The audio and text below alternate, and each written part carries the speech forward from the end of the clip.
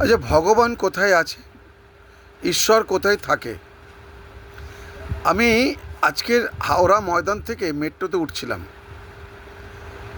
একজনের সঙ্গে দেখা হলো, যে বললাম দাদা একটু মেট্রোতে উঠিয়ে দেবেন বা মেট্রোটা দেখিয়ে দেবেন। যথারীতি বলল হ্যাঁ দেব। এবার আমার কাছে পয়সা ছিল। এবার আমি ছেলেটাকে বললাম যে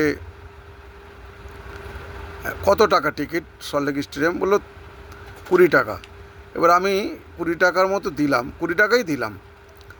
তো আমি জানি টিকিটটা সম্ভবত 20 টাকা না, একটু বেশিই হবে। তো উনি নিয়ে গিয়ে 30 টাকাতে টিকিটটা কেটে আনলো, 10 টাকা নিল না। আমি বললাম দাঁড়াও 10 টাকাটা আমি দিই। আমার ব্যাগ পকেট চারিদিক দেখছি যে 10 টাকা আমার কাছে নেই। বিশ্বাস করুন, আজকের ওই ছেলেটা 10 টাকা না দিলে আমার আরেকটা ভাইটাল কাজ মিস হয়ে যেত, যে কারণে আমি বাসে না এসে মেট্রোতেই আসছিলাম। তো এই যে ভগবান রূপে আমাদের কাছে এরা যে দেখা দিল বা দেখা দেয়, সত্যি আমরা তো ঈশ্বরকে দেখিনি, বা আমরা মন্দিরে গিয়েও ভালো করে হাত দিয়ে তো দেখা সম্ভব না দেবদেবীদের। তো এই যে ছেলেটা এলো বা আমাদের যারা রাস্তা পার করিয়ে দেয়, সত্যি সবাই আমাদের কাছে ভগবান রূপে আসে।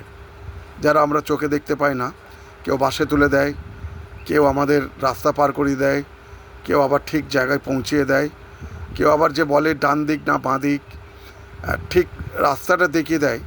আমাদের কাছে ঈশ্বর হচ্ছেন এনারাই, মানুষ।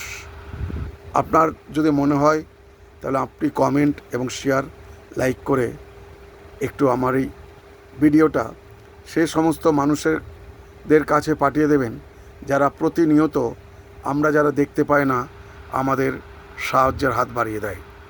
আজকের মনে পড়লে এটাই যে 10 টাকা আমাকে কতটা বাঁচিয়ে দিয়েছে।